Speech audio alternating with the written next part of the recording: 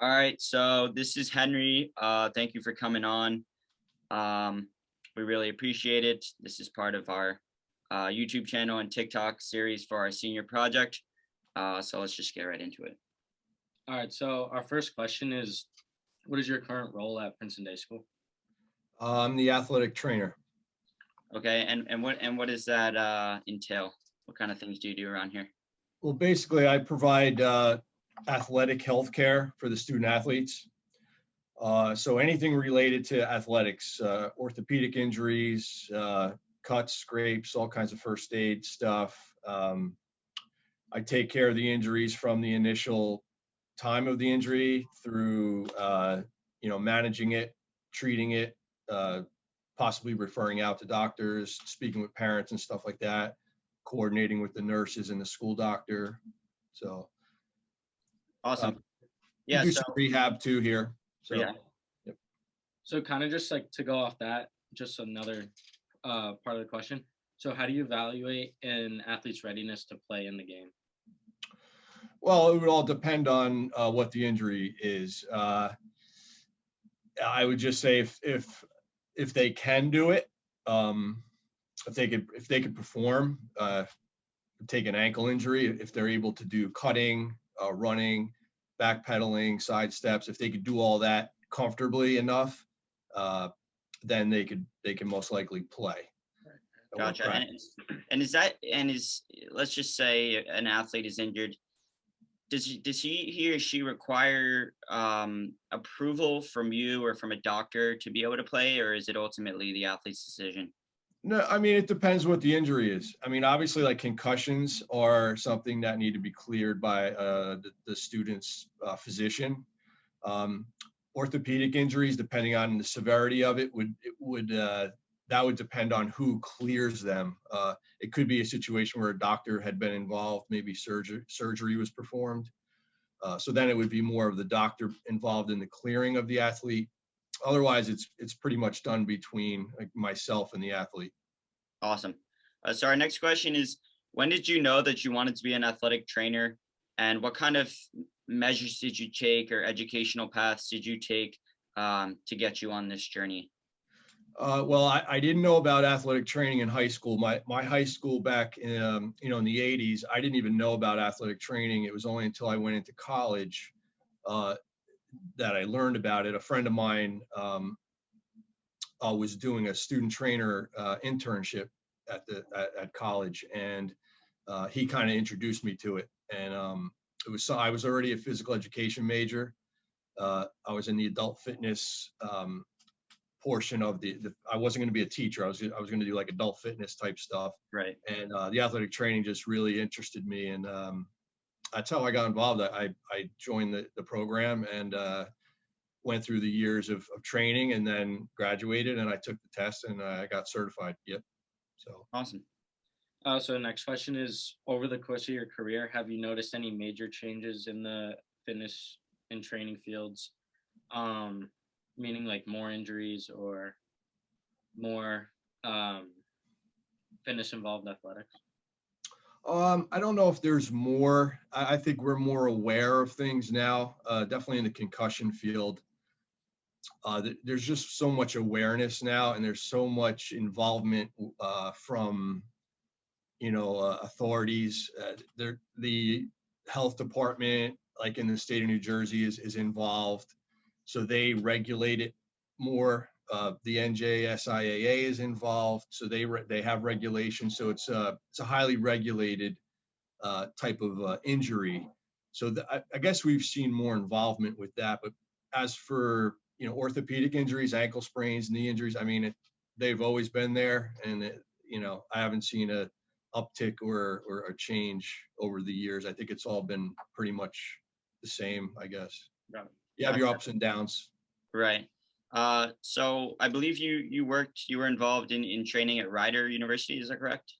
That's correct. Yes. So have you noticed any major changes or major differences, I should say, in the training or fitness between college athletes and high school athletes? Is it a big gap? Can you talk a little bit about just some things you've noticed working with both groups? Uh, Training as far as athletic training or like their fitness training to prepare them Yeah, for. either or. Well, I mean, definitely college athletics. They're more uh, they're more involved as a team. Each team does their strength training programs that are required as a team. They do it, and it's just part built into their athletic program and their day at college. Right. Whereas in high school, it's more. I mean, sometimes teams do team stuff, but it's not as intense or they don't do it all the time. It's more up to the athlete to get in the weight room. Same thing with athletic training, getting treatments and such. College, there's a lot more time for the athlete to come in during the day or right after their practices. They don't have anything else to do, so they'll stay and do their treatments. Whereas at a high school, it's a little different. There's so much more going on in their day that they don't have as much time Right. to do rehab or treatments. Yeah, like in college. And maybe I wonder if, differences in resources, having more resources available like at a big college versus a small high school, might have something to play into that. Yeah, I mean, I guess at a college, the athletic trainer might be there more, depending on the hours that the teams are practicing. So if they're covering a certain team, they might be there for like a long period of time, say an 8-hour day. There's a lot of time for that athlete to get in and do maybe multiple treatments throughout a day. Whereas in high school, the athletic trainer doesn't come in at 8 o'clock in the morning. Right. Usually they come in a little later in the day and then they stay till practices and games are over. So that kind of limits Right. the resources. And, Yeah. and are there sports specific trainers at the college level? Obviously, high school we just have general trainers. Yes. So some teams at the college level have their own athletic trainer assigned to their team. So they stay with that team throughout the whole year. Gotcha. Sometimes the trainer will help other sports if their team isn't in season, but basically a lot of colleges have it where each team has their own athletic trainer. Some teams have their own like strength and conditioning coach too, Right. depending on what team it is and what school, what level of college, you know. Sure. So next, we'd just like to get your thoughts on should athletes continue training in the gym in season? Yes, yeah, there's definitely programs to implement during like an in-season program. Absolutely. Uh, we have a great fitness coordinator now, strength and conditioning coach, Sean, and Right. he's very good at that. There's certain workouts that athletes will do. You got your preseason workout, your in-season workout, postseason, out of season. There's all different ways to approach, the fitness and performance, enhancement. So each Awesome. season has a different program for sure. Yeah. Perfect. And finally, do you have any pieces of advice for young aspiring athletes? And kind of on top of that, um, there's kind of a myth that like you shouldn't lift weights or you shouldn't work out until you're 16, until you're 18. Do you have any insight on that and the validity of that?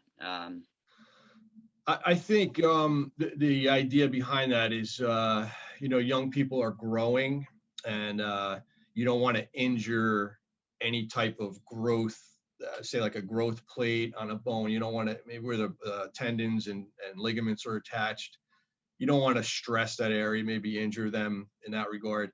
I think it's a little bit of a myth. I think younger people can lift weights. It's got to be done in a smart way, not too heavy weight, maybe less weight, more reps, and not too many different exercises for each muscle group. Like you're not going to bodybuild and spend Right. hours in the gym. Maybe just a general strengthening program, I think, is a good idea, as long as it's, if somebody's keeping an eye on the kids and they're doing good form and not too heavy weight, I think it's a good idea. Yeah. Awesome. Well, that's all we have. We appreciate you coming on. And yeah, Thank thanks you. again.